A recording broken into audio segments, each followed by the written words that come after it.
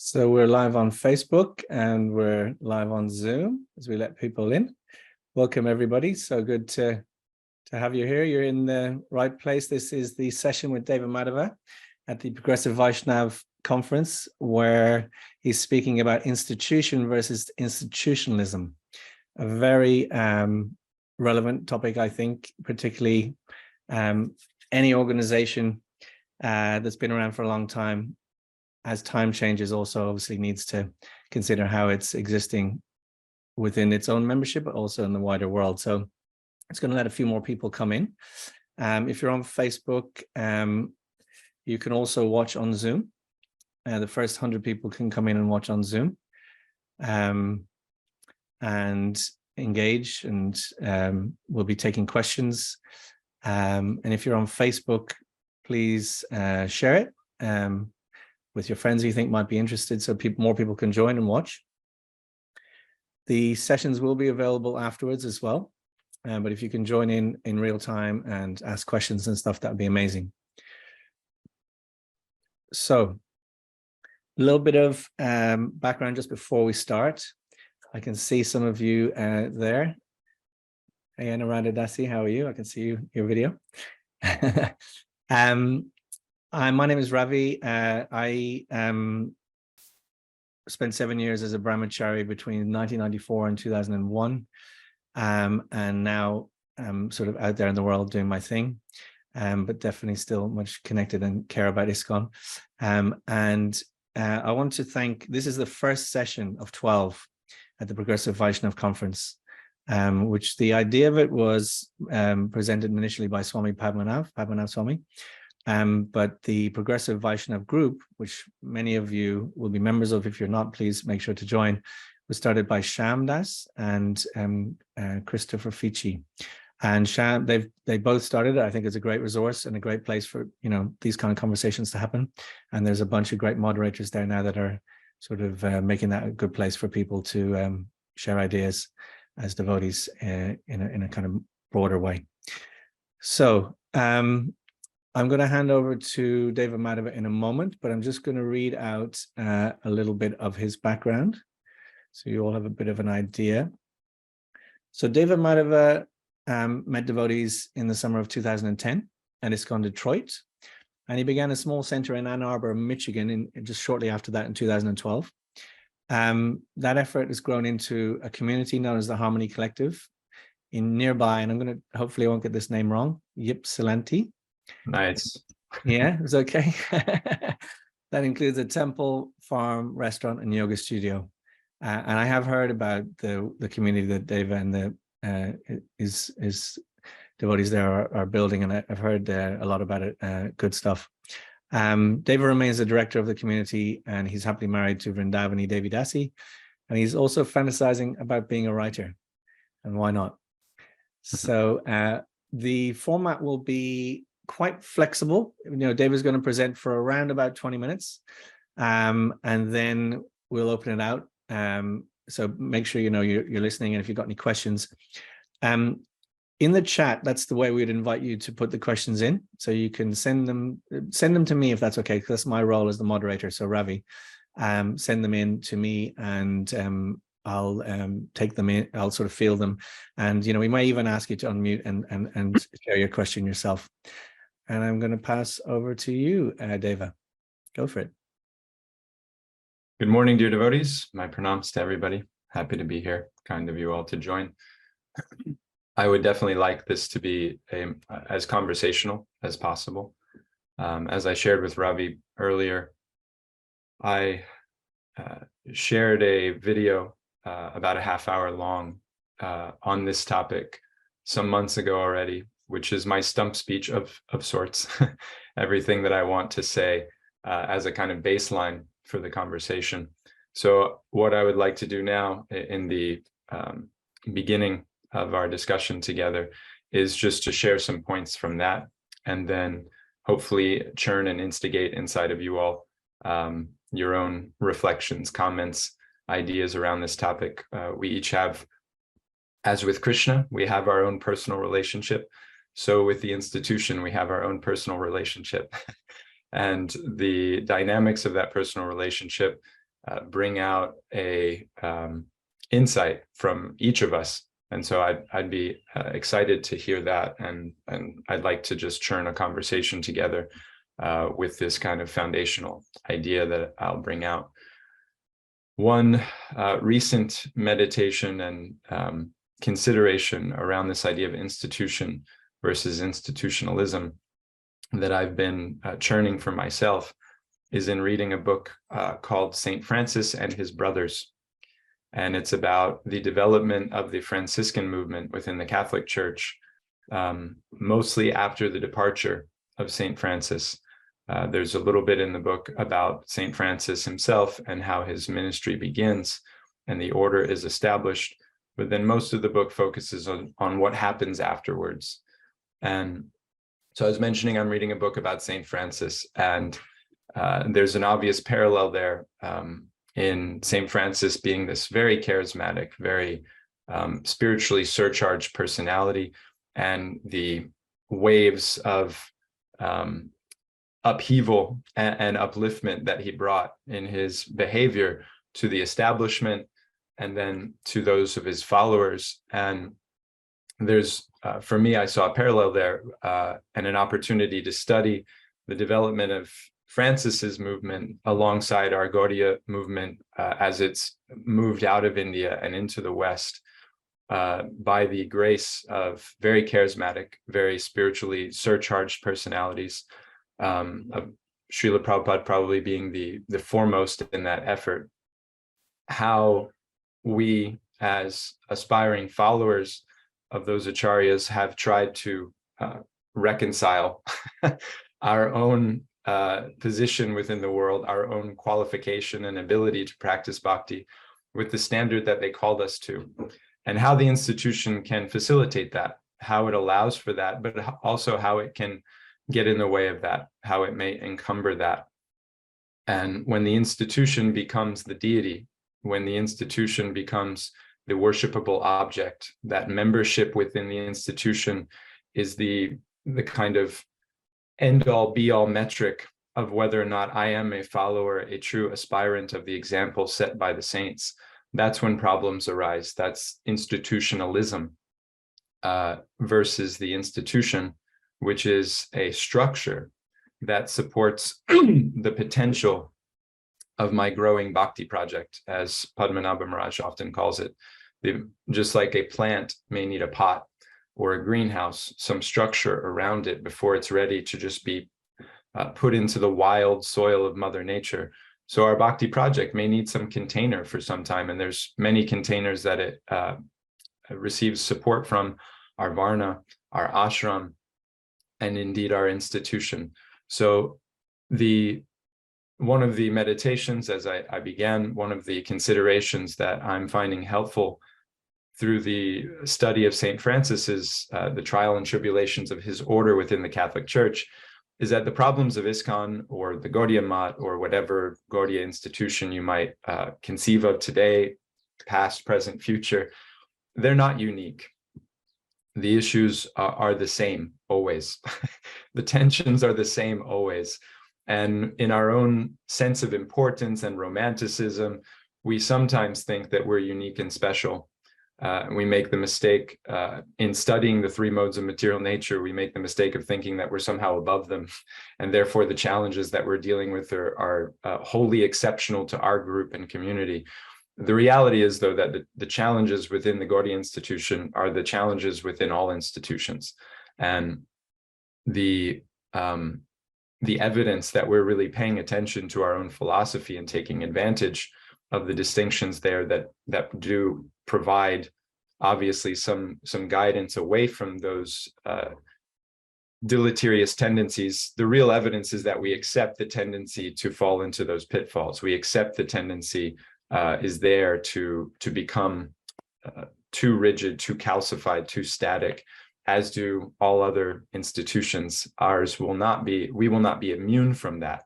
That would be the first sign that as a community, we're really approaching the institution in the sober, helpful way needed.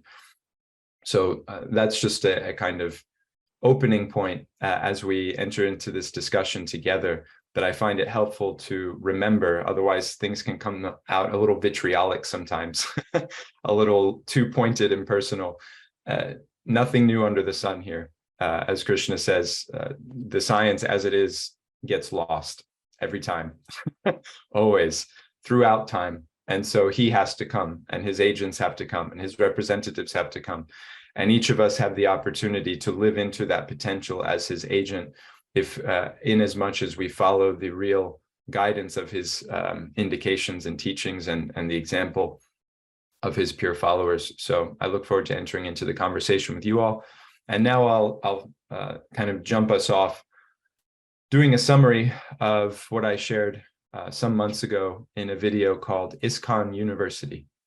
And those of you that are watching or a part of the Zoom today that may come from another institution, please forgive me as I mostly reference ISKCON because that's my experience. And within the pond of Gaudiya Vaishnavism, ISKCON is the big fish, for better or for worse right now.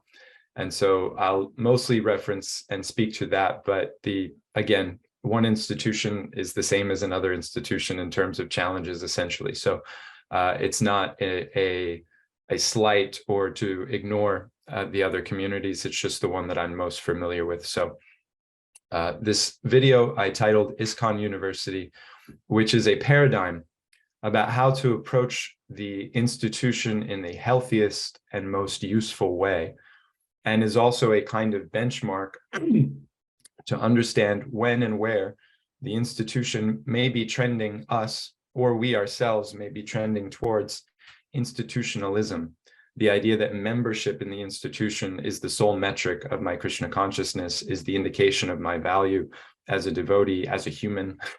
That institutionalism, we can read, we can test if we are entering into that in a dangerous sense through our understanding of how people relate to a university in a healthy way. And where this synthesis first came from was my considering Srila Prabhupada's famous statement of the need for unity in diversity. Unity in diversity is this apparently contradictory indication of having the same experience with a diverse group of people and different interests being able to be harmonized around a common goal. And Achintya Bheda Abheda Tattva, the oneness and difference of all life that us as Gaudiyas herald as the highest nuance of our philosophical perspective on life. We named our center, our community now, the Harmony Collective, exactly for that purpose, because harmony, to become a harmonist, it implies to be able to bring in disparate elements and create a common experience by augmenting those differences, by highlighting them. In the simplest piece of imagery, you think of a mosaic. A mosaic is a set of tiles, shapes that have been brought together to create one image. And part of the beauty, part of what's compelling about a mosaic is that not all the tiles are the same. In fact, the more they are different, the more the image itself as a totality becomes compelling, becomes deeply interesting. We were going to get a sign made as a mosaic for our center with small pieces of tile, big pieces of tile, multicolored pieces of tile. And then we got the multi-figured estimate for what it would cost. And we had to go a different direction because the woman, there's kind of a famous woman here in Michigan who makes them. And she makes a lot of money making them because she has that talent of taking all kinds of different shapes and sizes and bringing them together to create one experience, which is very compelling and visually appealing. So this is the potential also of an institution to create unity and diversity. If not, why would Srila Prabhupada, why would Srila Bhaktisiddhanta, why would Bhaktivinoda Thakur, why would our eminent acharyas advocate for some dynamic of an institution within the Gaudiya community? So unity in diversity, how to bear that forth within an organizational structure which tends towards conformity and uniformity and homogenization rather than harmony. Organization trends towards homogenization. So then what organizational structure would be ideal? A university. Unity and diversity creates this word we're all familiar with, university. And when I looked up the first university, when it was established, in 1080 AD in Persia. So 108, convenient number there for us Gaudiyas, something of an indication maybe. In Persia, the first university was established over 1,000 years ago. And today, 1,000 years later, and of course, within the Vedic culture, there was something like universities.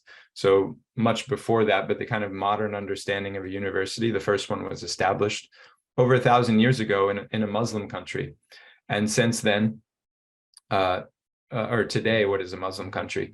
Since then, that university still exists, and universities have gone all over in every culture imaginable, Christian, Muslim, secular, and otherwise. And they have established their place as a very valuable cultural fixture, not the entirety of the culture, but a valuable cultural fixture in whatever society maintains them. And many of us have probably taken advantage of university education and experience. So the religious institution I put forward, its best expression is as an educational institution. And those of you familiar with Srila Prabhupada's purposes of ISKCON, of which he named 7, the first, and therefore we might say foremost of those, is to offer education, spiritual tools for society at large through education. So this idea, Srila Bhaktisiddhanta, of course, said, sell the marble and print books. What's the purpose of books? To educate people.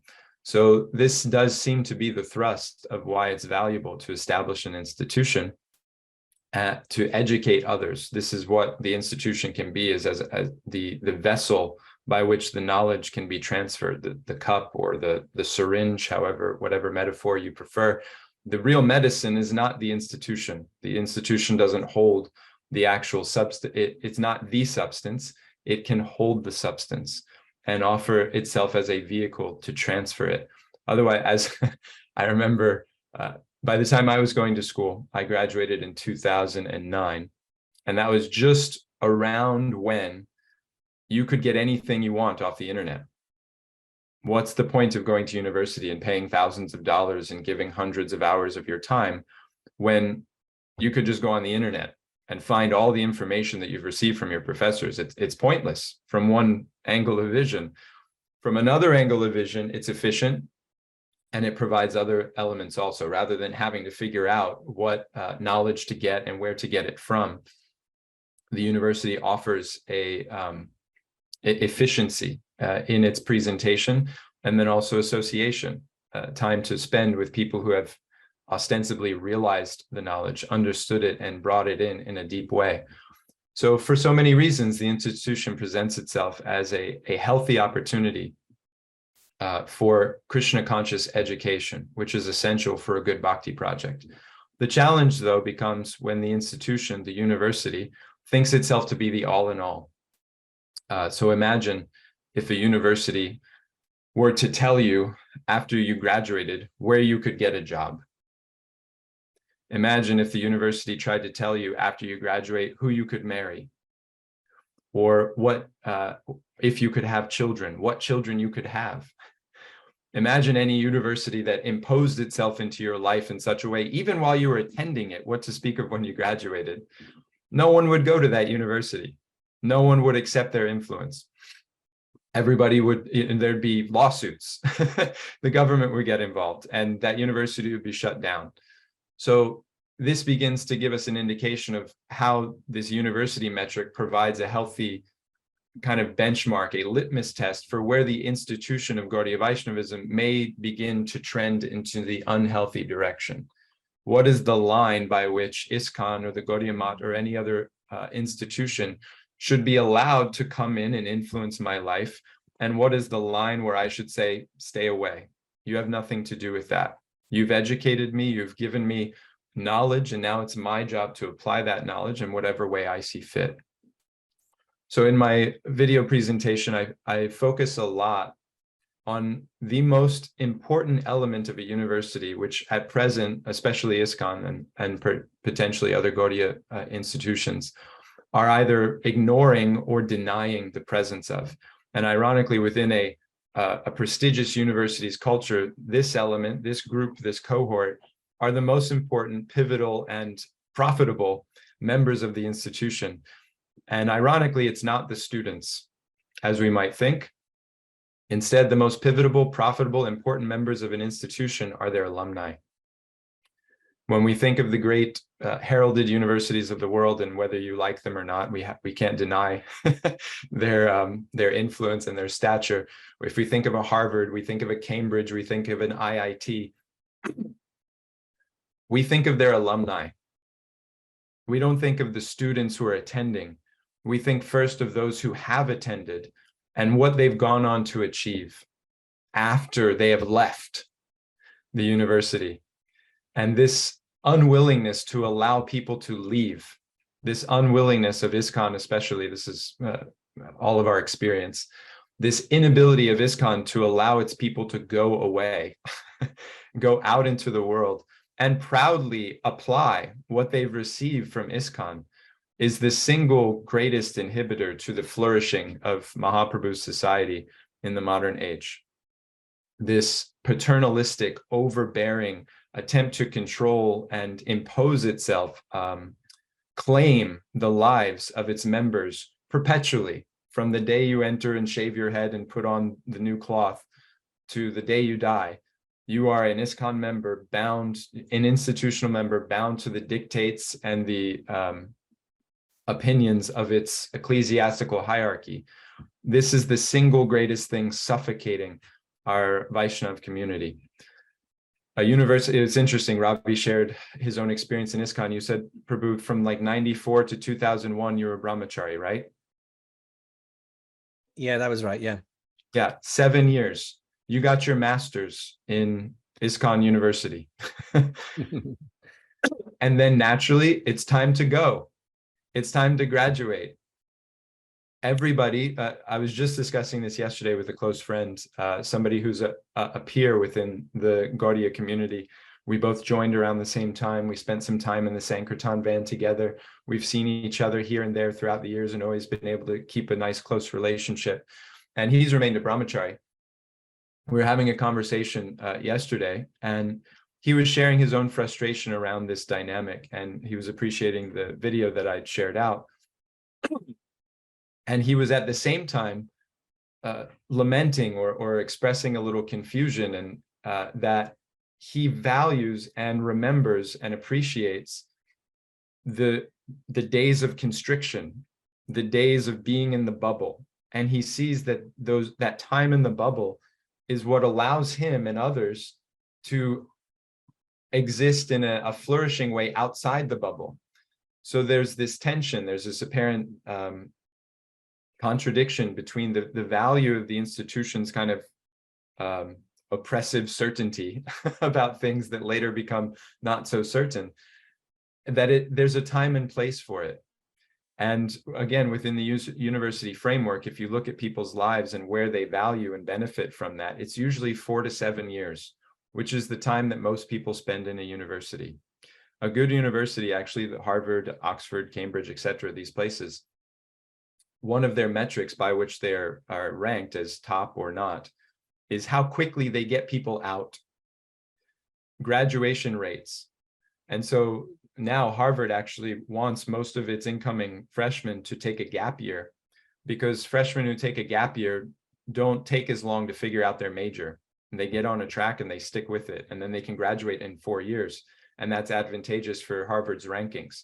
But if I go in and I change my major 2 or 3 times and I waffle and I'm around 6 or 7 years before I actually get my degree, then I'm pulling down the metrics for Harvard. So the university actually is incentivized to get people out into the world, being productive in their own personal lives. And what happens when a Harvard grad is productive in their own personal life? Everybody looks back at Harvard and says, hey, I want to go there too. Because when I go there and I get connected to those resources and that network, then when I leave, I'll have the same opportunities that this person seems to have right now. Sadly, in most of our Gaudiya institutions at present, this over-possessiveness that is the tendency winds up sabotaging this alumni dynamic. and all the good that the institution deserves to be getting credit for is stolen away. They don't get any credit. Nobody wants to give them a thumbs up for anything. And all the bad that's going on is blamed on them, even though much of that bad may be going on anyway, because it's the material world and that's how it works. Because of the over-possessiveness, the institution's overstatement of its own importance in the lives of devotees, then people are invited to blame the institution. Okay, you want to be in charge? You're in charge of all the crap that's happened. You're in charge of everything that's wrong. An example that I like to call attention to around how this dynamic works, how it could work in favor of ISKCON, but instead is working against the institution, is because of this overstating of our position, is here at the University of Michigan in Ann Arbor, there's an alumni base that is considered to be the largest of any university in America. There's a endowment sitting there of some $4 billion. And when you are being recruited to come to the University of Michigan, you're told about all kinds of wonderful former attendees of the university. Larry Page, who founded Google. Tom Brady, who's the most famous athlete in America since whenever. He won all the Super Bowls that have happened in the last 20 years. You're told about these kinds of people when you come to the University of Michigan and you think about going there and you think about attending yourself. And everybody does think, yeah, I'm going to be the next Larry Page. I'm going to be the next Tom Brady. But ironically, the most famous alumni of the University of Michigan is not Larry Page or Tom Brady. The most famous alumni is the Unabomber. He was the most famous domestic terrorist in American history. 40 years, the FBI tried to catch this guy, and they had not a single clue of who he was or where he was. It was only because they eventually ran his manifesto in the New York Times that one of his relatives caught a couple of his idiosyncratic phrases in the text and said, I think this is my brother-in-law. That's how he was caught. Otherwise, 40 years, dozens of people killed, dozens of bombs randomly sent all over the country. People were petrified. And he's a graduate of the University of Michigan. But nobody blames the University of Michigan for the Unabomber. He got his PhD from U of M. He got his undergrad from Harvard. And Harvard even put him through this PSYOPs program where they covertly, basically socially sabotaged him because he was a savant. He was a brilliant person. And they tried to, they were doing an experiment trying to examine how do savants respond to this kind of treatment. So Harvard justifiably could be blamed also for some of this person's trauma that maybe led to him feeling to lash out at society in this way. And yet they're not. Because Harvard doesn't overstate its claim in anyone's life. The University of Michigan doesn't overstate its claim in anyone's life.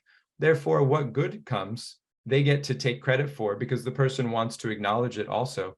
And what bad comes, everyone understands. You gave them the same chance you give everybody else. Some become Larry Page and some become the Unabomber based on their own choices, based on their own application of the information and experience. And the university can't be blamed for that. So I would invite you to consider that many of us, if not all of us, who are at the point in our devotional life that we're attending a conference like this, we're all alumni on some level or another. A few of us, myself, as an example, I'm the community director here at the Harmony Collective. Our temple is a property within ISKCON. It's under GBC umbrella. And so a few of us may go on to administration within the university as a dean or a professor or what have you within the organization. We may have some official position. But again, consider that many people live with this kind of guilt that if you don't become a temple president or a GBC or some member of the institution, a pujari, book distributor, lifelong Sankirtan devotee, all my money going there. If you don't become some member of the institution officially and formally lifelong, then somehow you're a sellout. Somehow you failed. Somehow you've fallen short of the ideal. And now you just have to live this substandard life in shame, hiding in the corner and just coming to the Sunday feast and sneaking your plate of prasadam. This myopia, this short-sightedness, it undercuts all the good effort of the institution, all the good effort of education that we've made to create people who are capable and confident of bringing Krishna consciousness into every corner of creation. It undercuts and erodes that faith and vigor and determination they would have to do so. And even if it were the truth, which it's not, that being a member of the institution in that formal way is what we should all do forever, it's an impossibility. There's no room for everybody to be a temple president. There's no room for everybody to be the head pujari, to be the person that gives class every Bhagavatam every morning, because by necessity, there's a limited number of positions available within the institution for such services. So even in a very like practical, shallow way, it's just an absurdity to think that everybody should be an official member lifelong. And yet this is still the odd kind of harassment that we accept ourselves and bring in to our Krishna conscious experience. So the tone of the video, and I'll conclude here and then open it up for reflections and questions for those that have them. The tone of the video, while it's certainly calling attention to the institution's tendency to be overbearing and to overstate its own importance, what I tried to call attention to also, and really the more important understanding, is that the onus still falls on us as individuals as to whether or not we believe the things that the institution says in terms of its importance. We're the ones still applying it. We're the ones still living by it. And therefore, we're really the ones still creating the problems around it. And as soon as we start teaching ISKCON, or whatever institution we're a part of, how to treat us, as soon as we start relating to it in the healthy way ourselves, the sooner the institution will begin to relate in a healthy way to us. It is much more a reflection of us than we are a reflection of it. There is an eternal tendency of the living entity to want to offshore the responsibility of its devotional life onto someone else. So it's all too tempting for me to want the institution to be Krishna conscious for me. You figure out who my guru is. You figure out what my sadhana should be, and then I'll just go along with that. And if it doesn't work, then I don't have to blame myself. I get to blame you. And this eagerness to not be responsible for our own existence, which is one of the concomitant factors of being a conditioned soul. We love being a victim. So to be a victim, we have to have a perpetrator. And the university invites itself all too readily as an easy scapegoat for my own lack of spiritual vigor. So if nothing else is taken away from the things I'm sharing, I would appreciate if this point is considered by all devotees watching, that the problem with the institution really starts with myself and my own tendency to be lazy, my own tendency to want somebody else to be Krishna conscious for me, and I just be the kind of passive recipient of that. And the institution presents itself and appears to be an agent, willing and able to be that kind of surrogate. And as long as I have that lazy idea in my head, I will continue to contribute to the ineffectual nature of the institution that so many are frustrated by today. So I'll stop there, devotees, and forgive me if that was a bit long, but I'm eager now to hear reflections, comments, and questions from the assembled devotees.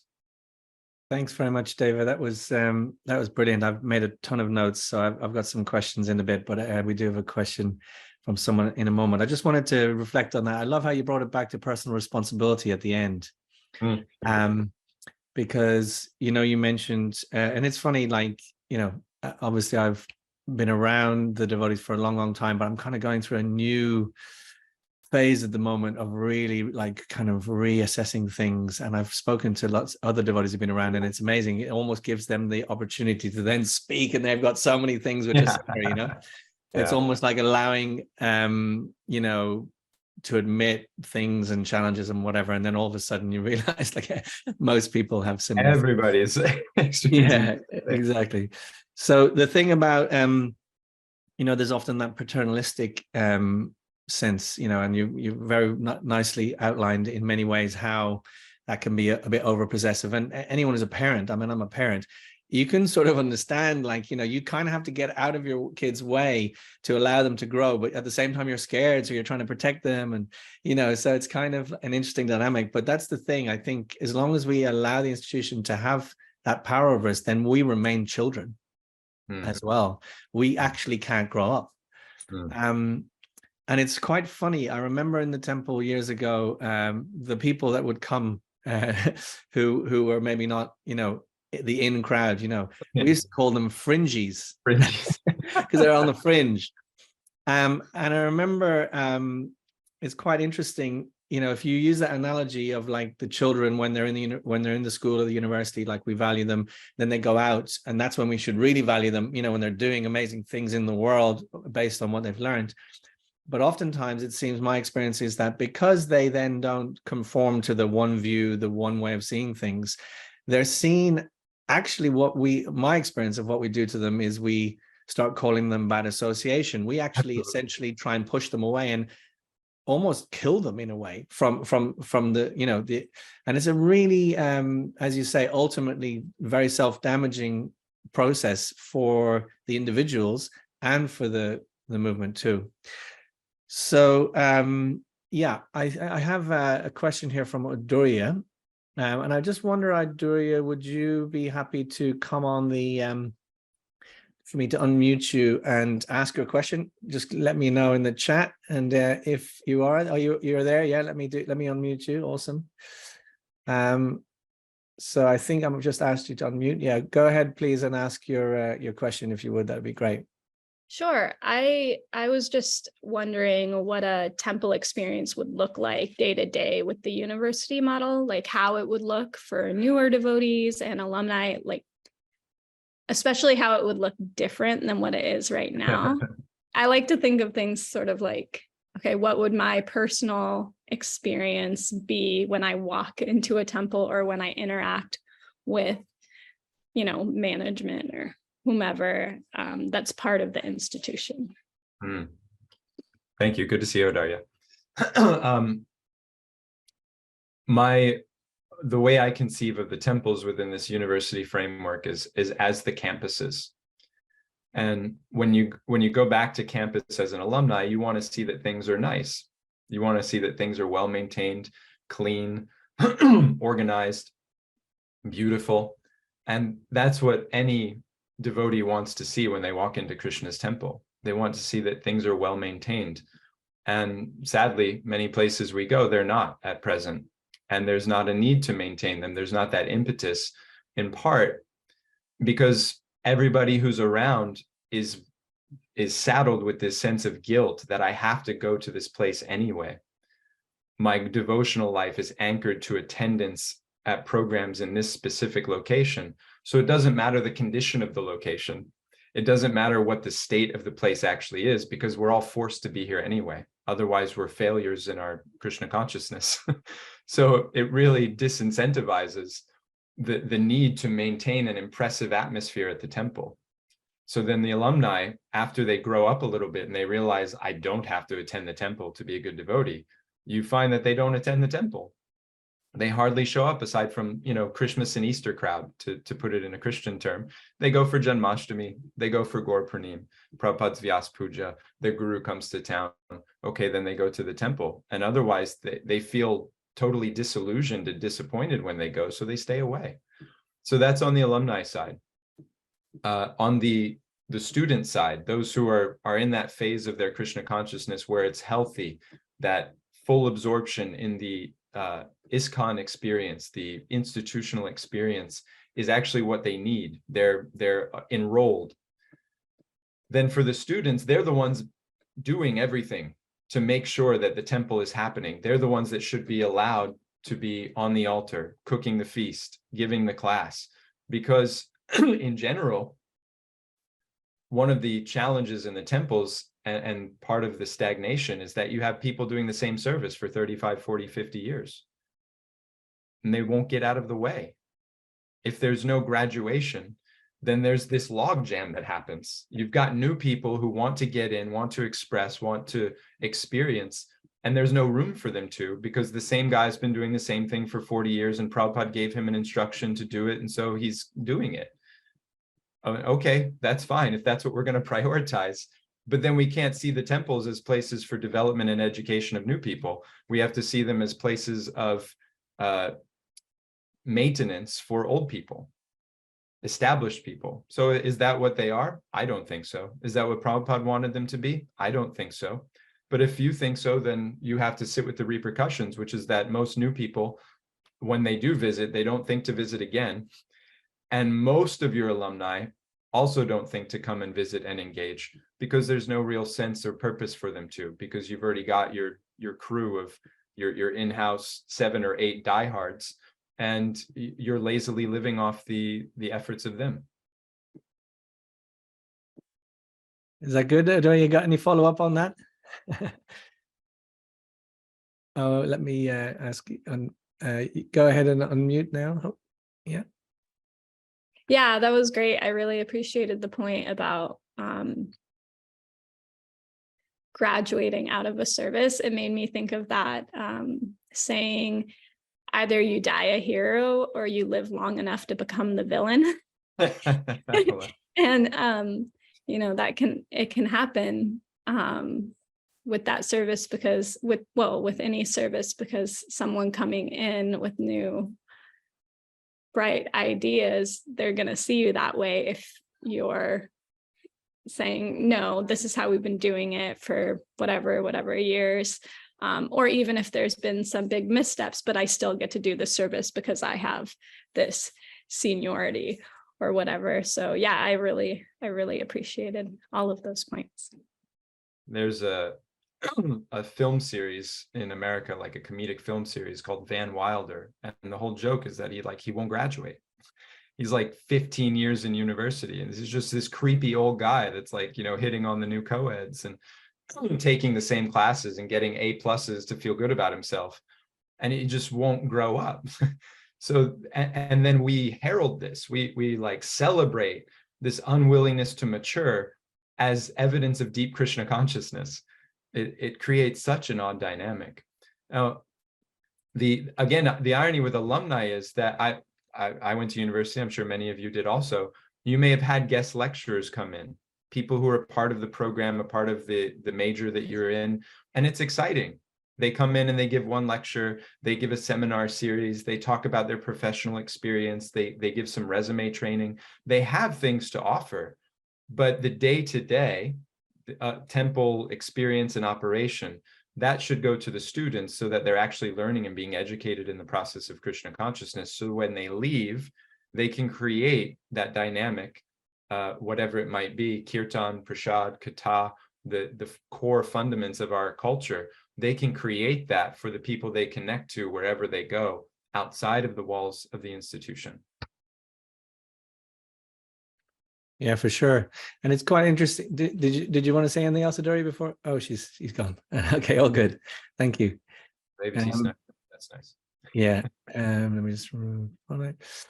Yeah, it's such a good point.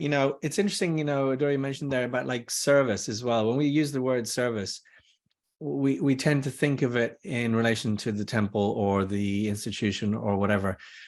It may not be how everybody sees it, but I kind of see it as, sure, there's specific things that you will do that you can call service, but also I think there's a responsibility on us, if we want to call us alumni, to go out and live a life that is meaningful, interesting, exactly. Dynamic, so that just by what we do in the world, people might be curious as to what we're about and what we think about things.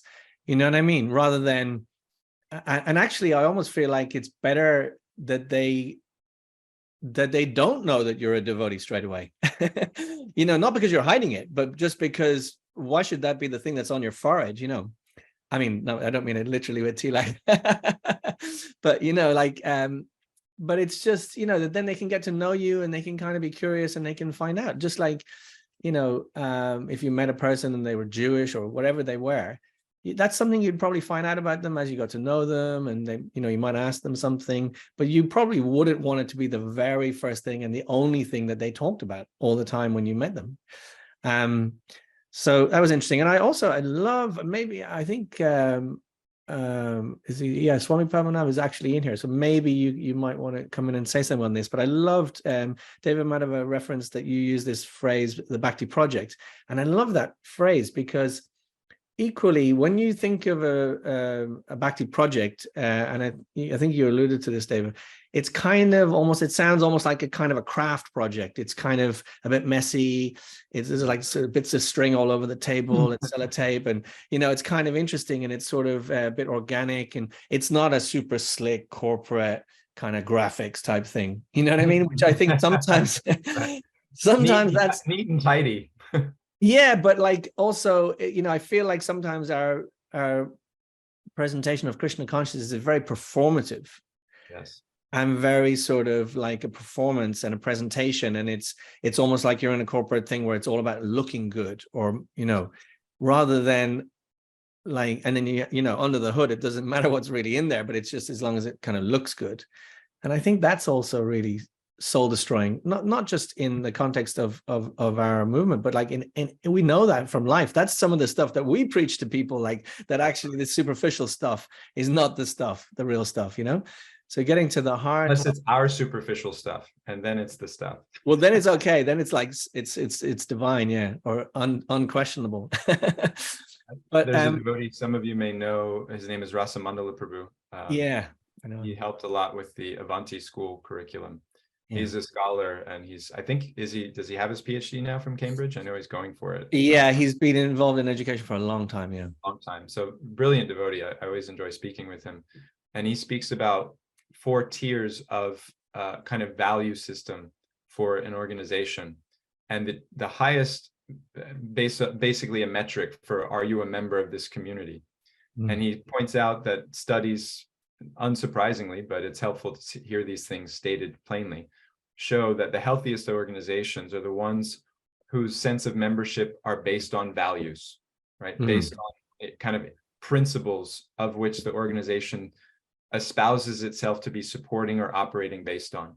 And then the lowest metric of membership is based on external artifacts, as it's come to be called, speech, dress, lifestyle, in a kind of external sense of the term, what you look like and how you present yourself to others.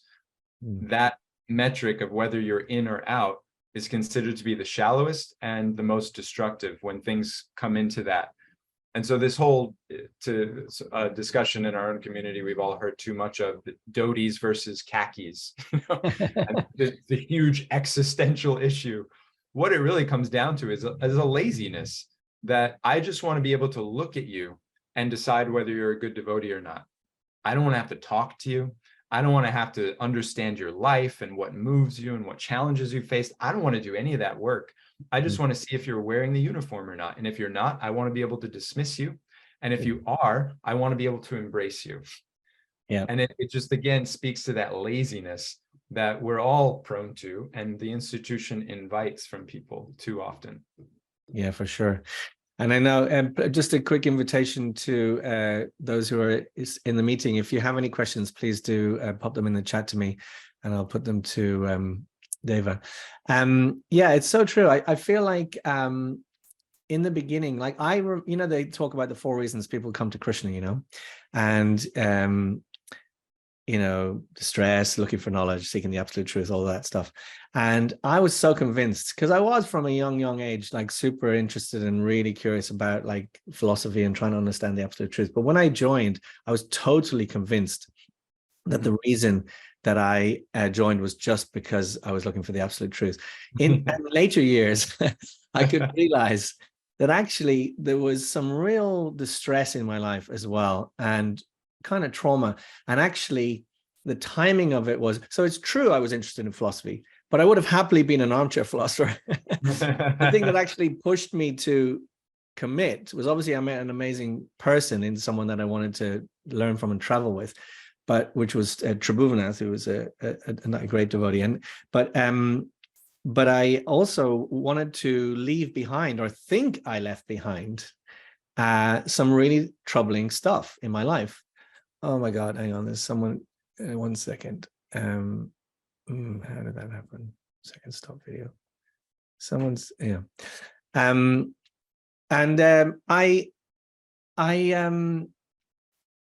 realized later in life that actually I didn't leave it behind. For a period, I thought I did. You join and you're all, oh my gosh, there's some, sorry guys, we're getting a little bit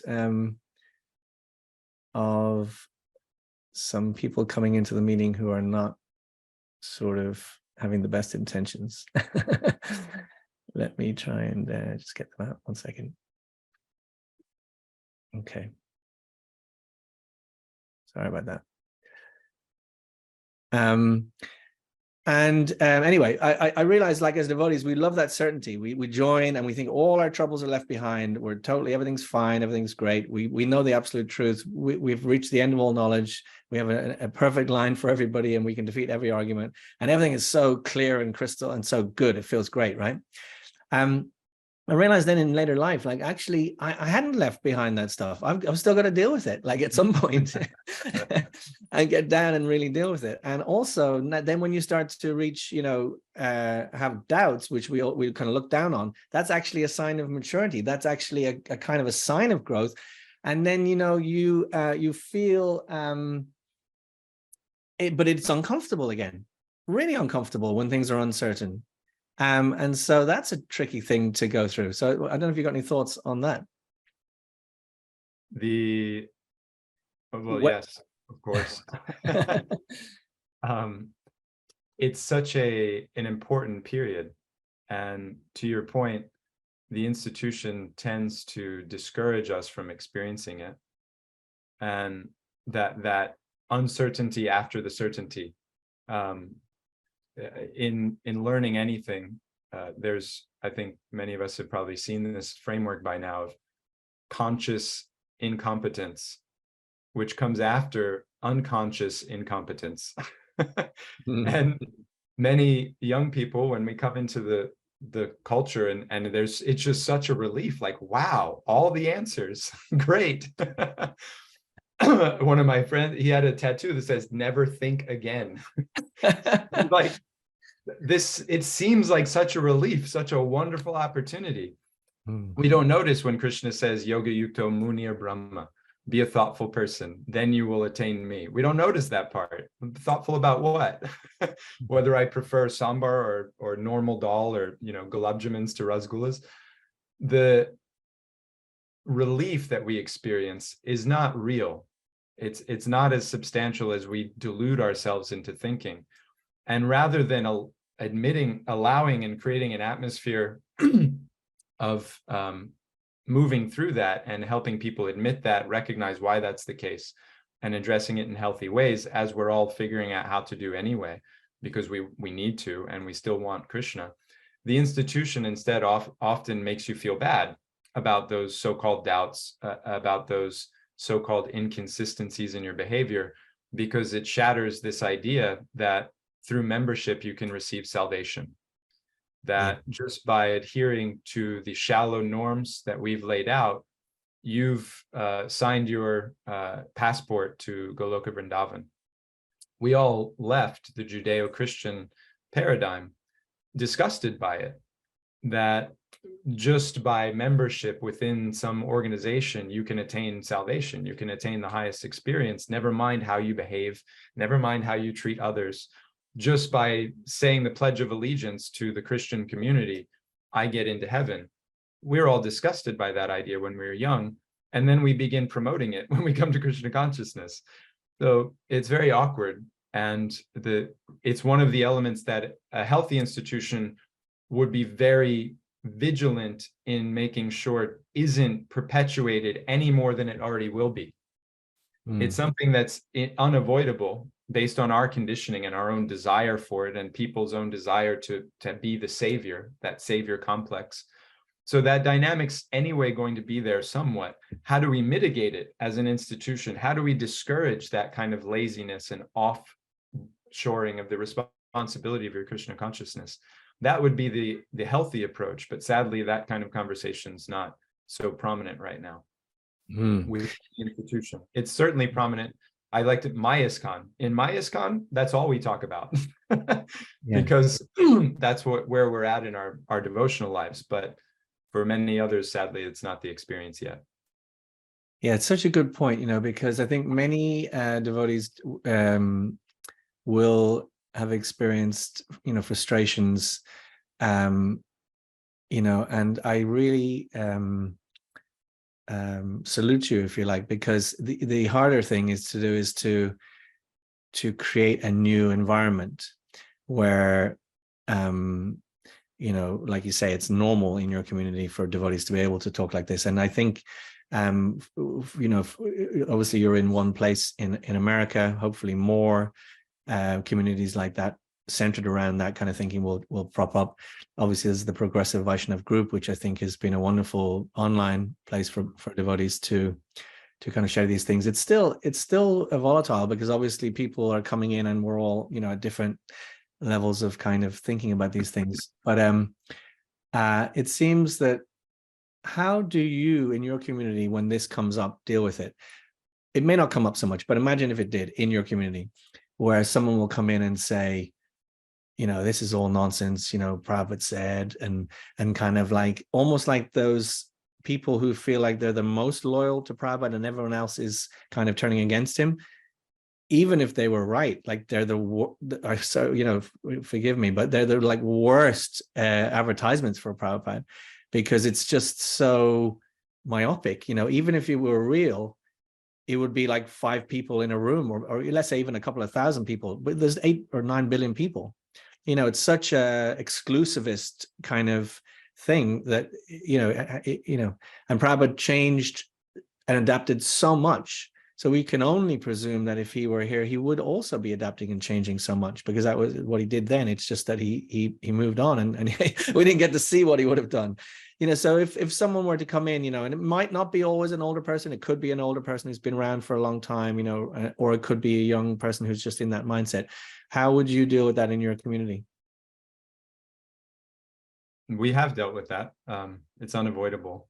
As much as in the Harmony Collective, we've tried to create a real alternative, we're still within the ISKCON ether for better and for worse. And so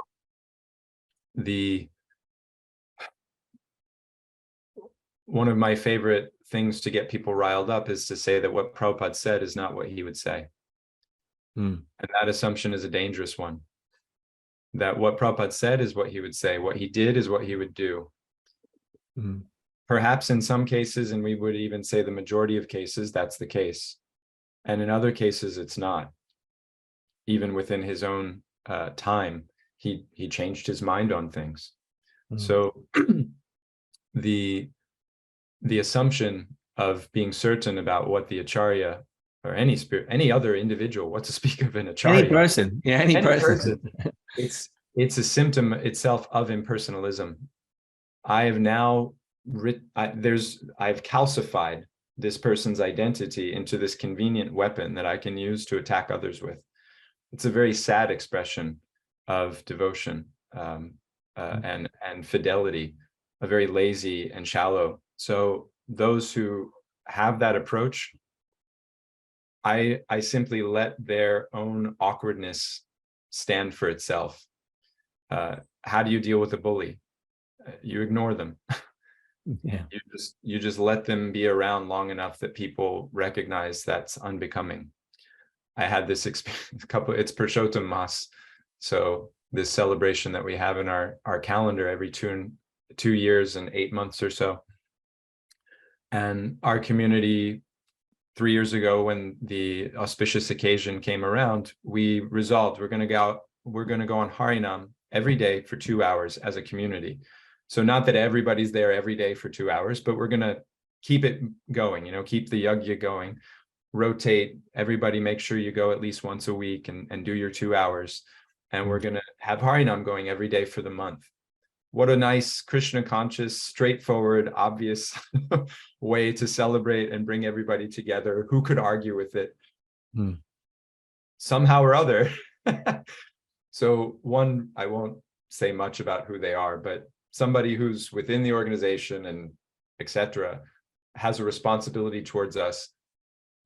What they could manage to say about the situation on our Facebook post when we were inviting our local folks to know about it and come what they managed to say in the comments was, Prabhupada said chant 16 rounds.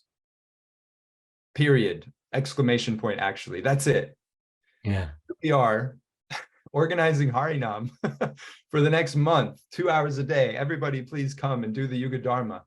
And what this leader has to tell us all is that Prabhupada said chant 16 rounds. What and why and where is that? And then I had people in our community coming to me, well, is this wrong? Should we not be doing this? Maybe, Prabhupada wouldn't like it. It's just insane.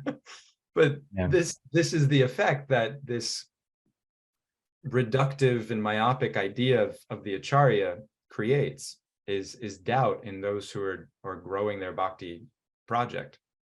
Yeah, for sure. And it's interesting too, because it's almost like everyone wants to find the perfect meal plan. They want to find the perfect fitness formula. It's like that's how stuff gets sold to you, because it's kind of understandable and it kind of sounds good.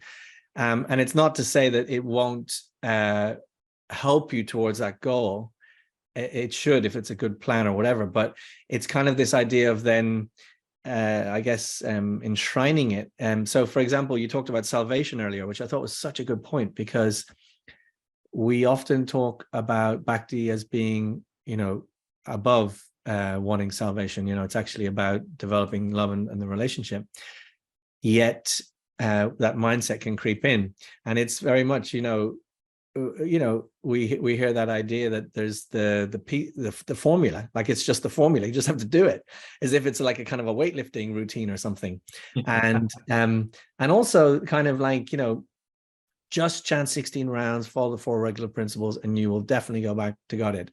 And and you can remember, we've seen the videos of the devotees go Jai, and it's a joyous moment. They're obviously feeling that kind of thing in that moment, but I feel like not to take away from the sort of hope and the momentum that gave so many devotees. You kind of have to sort of think, well, is that literally true if you just do that mechanically? And also, like for me now, I mean, obviously I'm not trying to say that anyone else should be like me at all, but for me, I just sort of feel like I'm kind of more interested now. It's almost like you got to let go to kind of hold on, so it's kind of like, I'm kind of okay that, like I probably won't get it perfect, and that I'm okay with that. And actually I just want to, like, I'd give up all of the kind of the mechanics and the scaffolding of it for just even like a tiny bit of something real. You know what I mean? Like even just a drop, even if I'm not going to go back to Godhead for thousands of lifetimes, but I'm just, you know what I mean? And because, so it's, and I'm happy with that. Like that may be like position 5,062,000 in the leaderboard. You know what I mean? It's okay. But you've got a position. But especially though, if it's something, if you can cultivate even a tiny bit of the kind of real, something a bit more real. Absolutely. Bhagavat Tattva Vijnana Mukta Sangasya Jayate. This Prabhupada on the Jaladuta, he wrote this famous prayer, and he sandwiched in that prayer, Markine Bhagavat Dharma, he sandwiches in these 5 verses of the Bhagavatam. And for me, this is the most memorable line from that famous 2nd chapter, 1st canto sequence. Bhagavat Tattva Vijnana, Vigyan, scientific knowledge. That's how Prabhupada translates it, which he's indicating their experienced knowledge. It's realized, it's felt. That's where mukti, Bhagavat Mukta Sangasya Jayate, that liberation, that relief, that adulation, it comes from experience, not explanation, not reading a script, not wearing a uniform. It comes from direct experience. So I think it's very noble of you to be able to admit that and herald that, hope for that, and damn the rest. Whatever comes or doesn't come from whatever else, let me get one drop of that thing that's really wanted. It reminds me of who's that, Mukunda, when Mahaprabhu catches him, hanging out with other sanghas, the one associate of Chaitanya Mahaprabhu, who's known to be a little too egalitarian and eclectic in his association.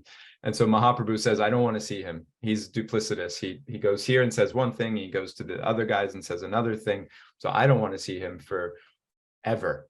And then he's so distraught, and the devotees are, please, Mahaprabhu, be merciful. He's your devotee. You love his kirtans. He sings so sweetly. And then Mahaprabhu says, after 10 million lifetimes, and Mukunda hears this and he becomes joyful. Yeah. 10 million no problem. I'll see my Lord again. That's all I want to know. And your own sentiment reminds me of that. It's very sweet. Well, yeah, I mean, in my own very simple way, but away. yeah. I have a comment just come through from Swami Padmanabh. I've asked him if he wants to kind of come on and ask it himself. So I'll wait to turn on your camera, Miraj, if you'd like to. Otherwise, I'll start reading it out now. He just says a brief comment. He said, that's true, but what does it mean to chant 16 rounds? So it's just inviting us to think about that. So 16 rounds of Nama Parad, Nama Bas, or actually Sudanam, which is like, I guess the real pure name. Following the regulations is about no meat eating, or about being non-violent, or even better, about being loving. And even above that, being as loving as you possibly can. If we play out the implications of each reg and of chanting, then yes, everything is there. But we should be able to play out the implications of these principles, and only then we'll obtain the perfection through them. So brilliant point. It's not mechanical, right? No. And it is that simple. It is simple for the simple, but I'm not simple. And to recognize that, and for the institution to allow for that is just important, that we're on a spectrum. What is that? I have one devotee I was an acquaintance with some time ago. She had gone to Mayapur to the what is that? It's not Bhakti Academy, and the deity worship course that's put on by Panchajangari Prabhu and Janani Vas. Panchajangari is now departed. Yeah. And I'd always wanted to go to that course, not because I have a particular interest in Pujari Seva, but these are great devotees. Yeah. And to be able to hear from a great devotee about something that they've dedicated their life to, I always wanted to attend that course. And so I had an opportunity to at least hear from somebody who'd attended the course. And what did you take away? And I was expecting her to say something about the details of Pujari Seva, some sweet pastime, that happened, some miracle took place. Instead, what she shared, what moved her most, was how these two devotees emphasized the nature of the regulative principles as a spectrum, and something that you always need to examine your relationship to. If you ever assume that you're following them, then that's the indication that you're starting to fall off. If you aspire for them and allow always there to be an increasing sense of refinement, then you're really following in the sense of what the purpose of them is. I thought what a profound thing to give to pujaris who are ordinarily so adamant about rules, and this is, we do it or we don't do it, and I've done it or I've not done it. To break open their tendency towards that rigidity with this fluidity, and to the possibility of what the regs invite us into, and what Maharaj is pointing to, that it's actually a principle I'm aspiring for, not a thing I'm not trying to do. That's kind of the baseline, but I'm really trying to cultivate cleanliness and austerity and mercy in my behavior. Yeah, beautiful. I remember the year after I joined, I went to Africa for a year, and I was I was sort of setting up some festivals that we were going to do there. And in the summertime, I went to India. I was still young devotee, and I ended up at a program in. It was initially a program in Mumbai from the Juhu temple, but there was all these brahmacharis there who were from the Chowpatty temple, but which at that time wasn't, not yet in ISKCON, but almost just coming in. And they kind of told me, I should come back to their temple and everything, and I did, and I stayed there for a while. And I went a year or two later and stayed there for a while. And they have these brahmachari classes. So these are outside of, let me just remove this guy. These are outside of the morning program. So, the morning program happens and then people go off to do stuff. But around 11 o'clock, they have these brahmachari classes. And they're really honest, really exploratory. Some young guys have come in and they're talking about science, and they'll be challenging. And it's so there's nothing is off the table, but they really discuss it in terms of the philosophy. But I remember one time, I don't remember which of the twins it was, but Pankajandri or Janani was there, and Radhanath Swami was in the room. And Radhanath Swami was really trying to get the whichever one of the twins it was to tell the devotees, to explain to them, is it 2 on the feet, 3 on the this or that? Obviously we know some of that already, but like he was trying to get it from him and sort of said, tell us what the standard is. He refused. He was like, no, it doesn't matter. And they were like, no, but you have to say. He was like, no, it doesn't really matter. It actually doesn't matter. You just have to put some feeling into it. And I just think these are the kind of things that we can get so hung up on. I'm not saying that I would say, like it totally doesn't matter, but like it was in that moment, that's what he wanted to emphasize. And like, you just kind of ask it. These are the things that go through my head is like, could it really matter? Like in other words, could it really matter that Krishna couldn't like accept my thing just because I didn't do the right number? I mean, is that even possible? Like, that's mad to me, He's accepting Vidurani's banana peel, but he won't accept my 3 circles instead of 4. yeah, it just seems so crazy. But so that was on that point. But what was I going to ask you? So what do you see the future of the movement? Because you mentioned in your collective where the majority of people are seeing it maybe a bit more progressive or whatever we want to call it, and then you might have some people come in like that, but a lot of people will be in environments where the majority of people may be like those people that we were talking about, and it's fascinating. I've started to have some of these really honest conversations with different devotees, and it's amazing how many devotees feel so frustrated and so exhausted, actually,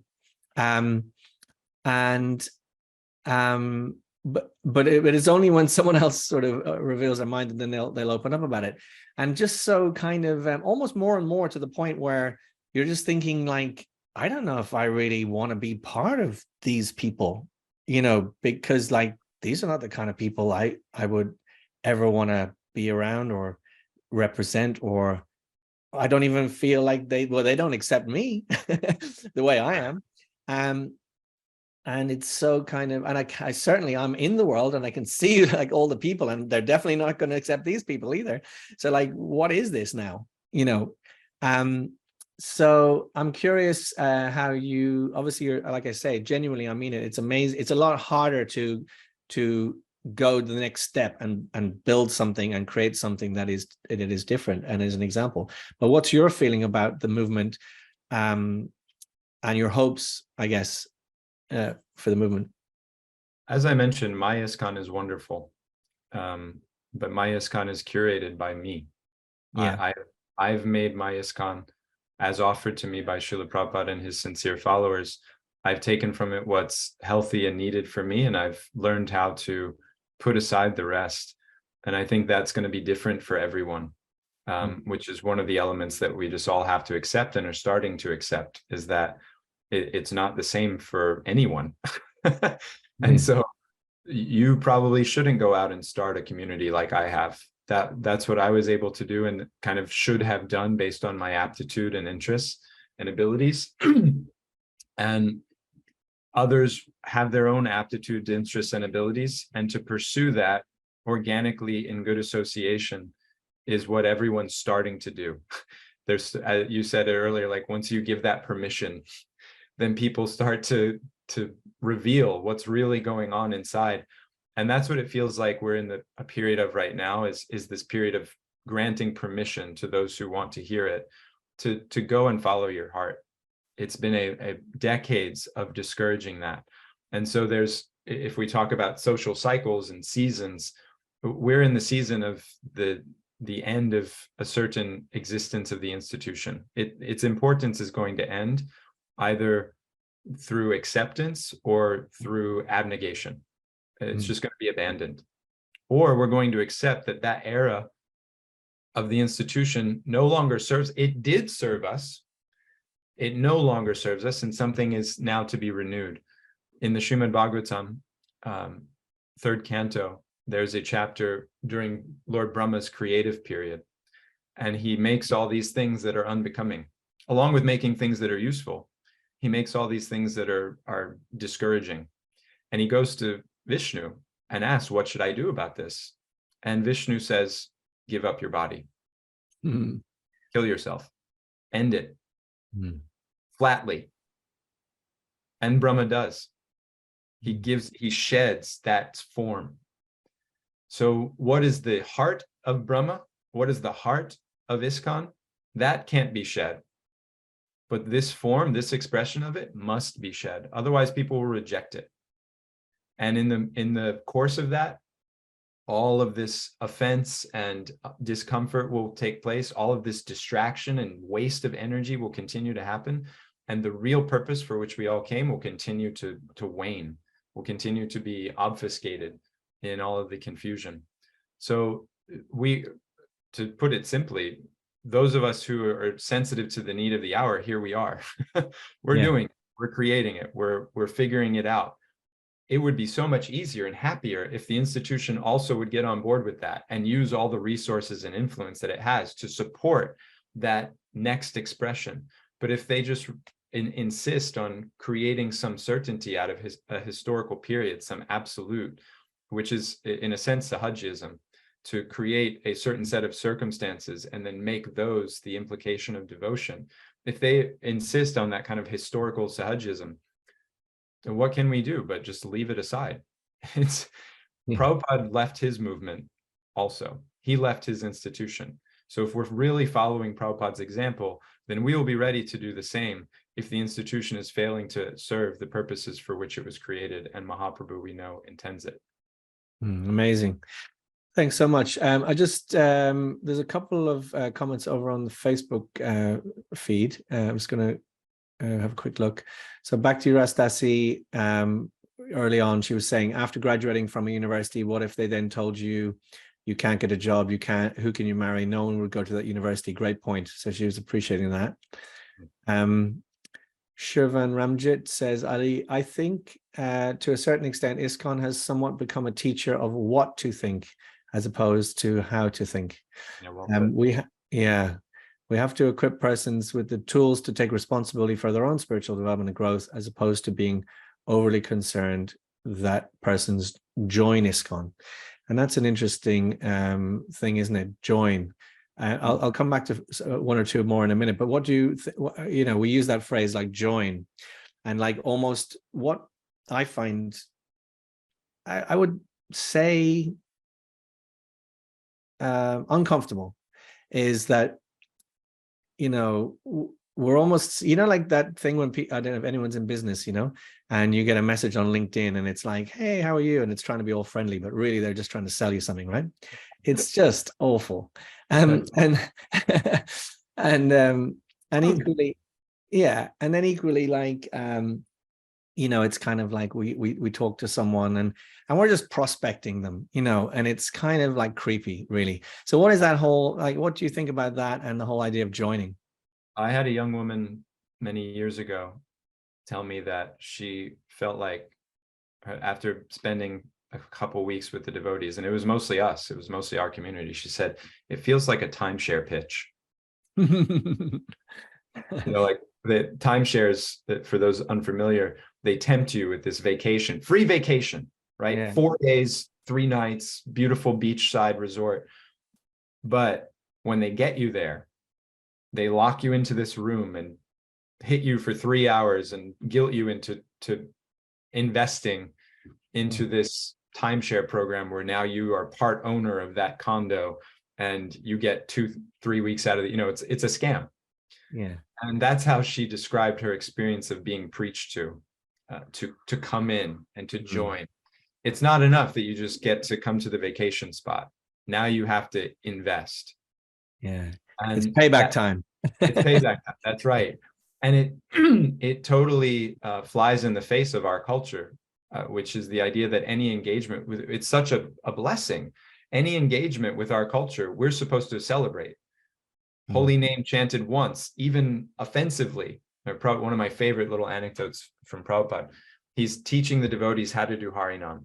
in London.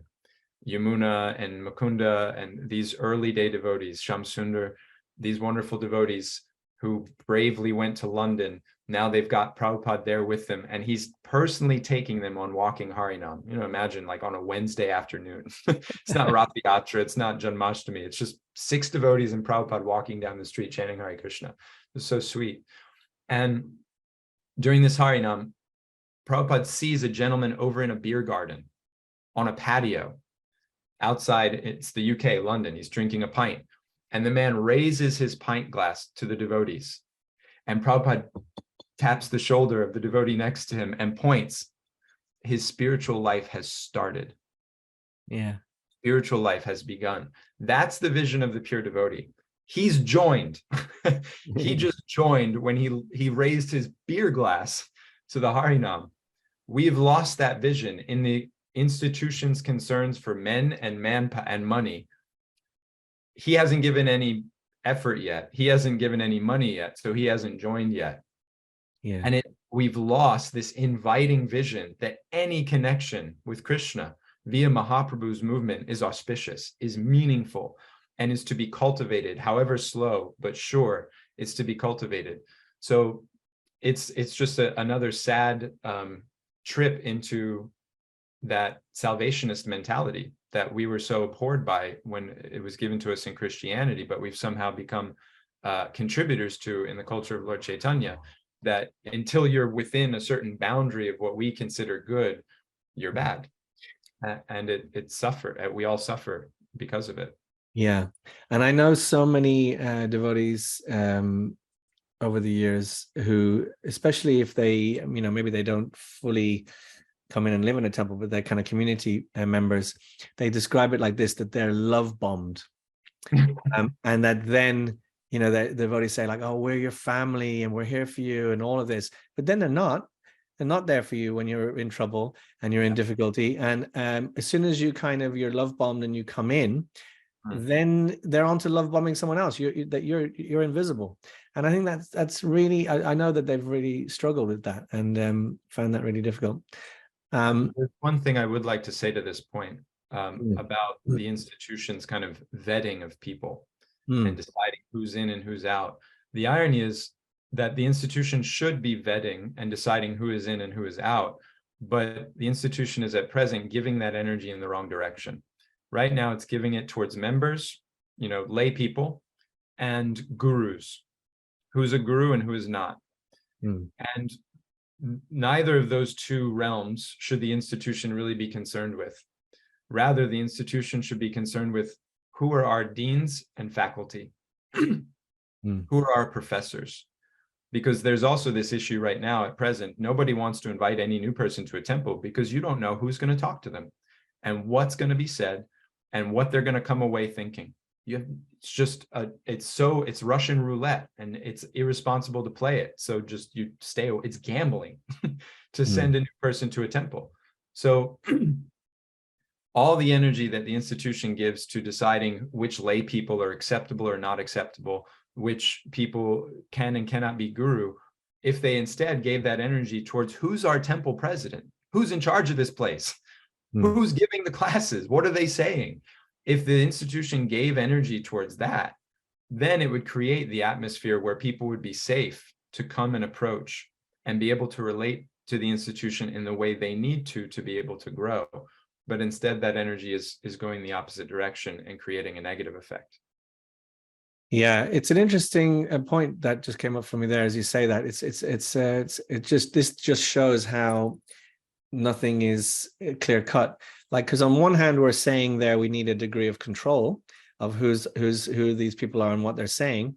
Yet at the same time, we're trying to cultivate, individuality and people to, express themselves as they are. And the other side of it is we've instituted certain positions like, sannyasis or gurus that can pretty much say anything they like, no matter how wacky it is. And actually, unfortunately, sometimes do anything they like. And also, no matter how wacky it is. You know what I mean? Yeah, unquestionable. So interesting. But Vrinda Sundari Stephanie says, let's normalize staying fresh and curious rather than lazy and stale. Love that. She says, keep the principles as the solid, unchanging parts, and the rest is fresh manifestations of those principles. Spiritual life is dynamic, an interplay between the stable principles and fresh, pertinent, present applications. And then it goes on to say, scaffolding is not intended to be permanent. So some nice reflections there.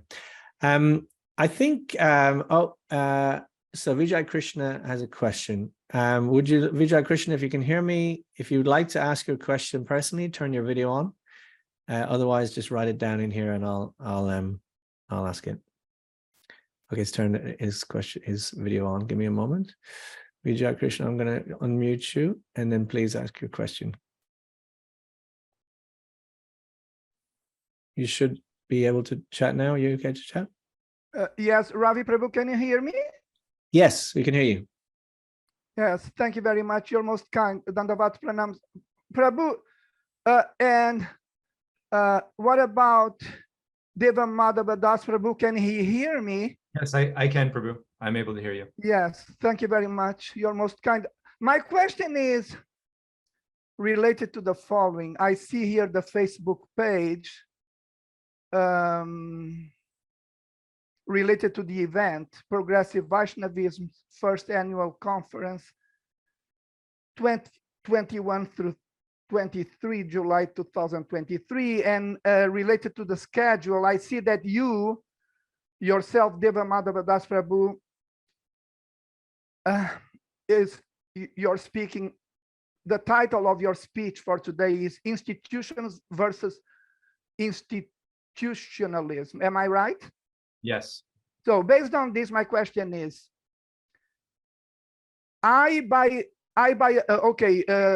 book distributors are selling books door to door in the streets,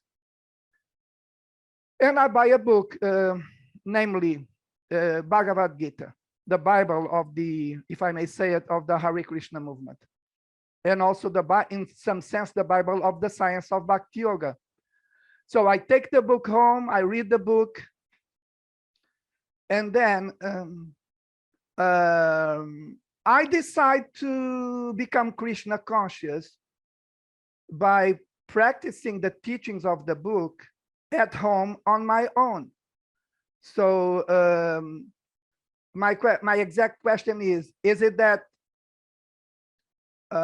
individual study of Bhagavad Gita will make me a pure devotee? And the question is also related to how much do I need to connect myself with the institution in order for me to become a pure devotee? Because I may not like it to associate with devotees, but I may like this. I may want to develop myself in relation to absorb knowledge from the science of Bhakti Yoga.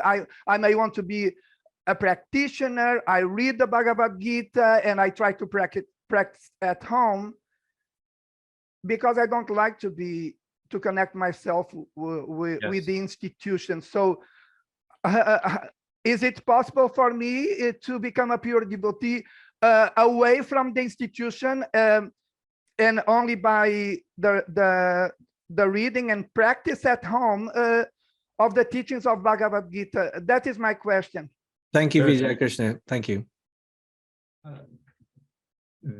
If you were to follow the teachings of Krishna and Bhagavad Gita as you're pointing to, then one of those is to take shelter of the bona fide spiritual master. You had a play of words there, devotees and institution, and you use them a bit interchangeably, but then you went back to institution. So do you need to associate with the institution to become a pure devotee? The answer is soundly and roundly no, no matter what they tell you. Do you need to associate with pure devotees to become a pure devotee? The answer is soundly and roundly yes. So how to get good association? That's the question any bhakta has to be asking themselves. Is the confines of the institution the only place to get that? Definitely not. And I'm just remembering University of Michigan, they have a Sanskrit professor who teaches something of a course on Bhagavad Gita, and it's not really philosophical, it's more to study Sanskrit through the Bhagavad Gita. And we went there one day, we gave a little discussion, and we met a young man there who's following Ekadasi and chanting 16 rounds a day. And when we invited him to come and spend time with us, he had no interest. And when we asked him, well, who does he associate with? Where did he get connected? He found Prabhupada's Bhagavad Gita, and he has no interest in associating with devotees, but he's chanting 16 rounds and he's following Ekadasi, among whatever else he's also doing. And we were all floored and, left astounded. But it showed me early on in my Krishna consciousness, this was 10 years ago now, I may have only been around 2-3 years at that time. It showed me that I shouldn't and can't stereotype how Krishna comes to someone, how he's moving them in their heart. And I've learned over the years to approach my outreach, my preaching, as assuming Krishna's already moving in their life. They already have some relationship with Krishna. And now my opportunity is to augment that, to help them to develop that. The danger that institutions run is saying that they are the source of Krishna. This is what I mean when I say that the institutionalism, the deity becomes the institution. Krishna is in here, and unless you come in here, you can't have him. That's the mistake that we're kind of invited into and we're tempted by based on our own salvationist mentality.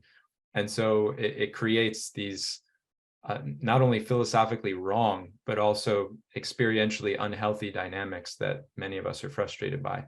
So the institution has many wonderful devotees to associate with, but you don't have to associate with the institution to connect with them. But in an ideal circumstance, the institution does provide this kind of context and funnel to connect with those people. And Prabhupada himself says in Nectar of Instruction, therefore, the purpose of our ISKCON society is to facilitate these loving exchanges, which means good association with devotees. I love that. Vijay Krishna has put up a nice heart emoji there to appreciate that. Thank you, Vijay. So I think we've kind of come to our hour and a half. That was a really great presentation. I'd like to, first of all, thank everyone online who's joined either here on the Zoom or on Facebook. Please do think about what your takeaways are, mostly for yourself, but then if you feel inspired, share them with others too, because it may be very well helpful. But I'd like you, we won't hear you, but I'm sure I know that you'll be there. Do a little cheer in your own rooms, wherever you are. And thank Deva, Madhava, Prabhu for sharing with us today. So thank you so much. I'm gonna do one here. Go run that. And with that, we'll end the session. But before I do, there's a whole bunch of other amazing sessions. Please do check them out over today, tomorrow, and Sunday. And we look forward to seeing you all at some point on one of those sessions soon. Take care. Thank you, everyone. Hare Krishna. Thank you, devotees. My pranams. Right.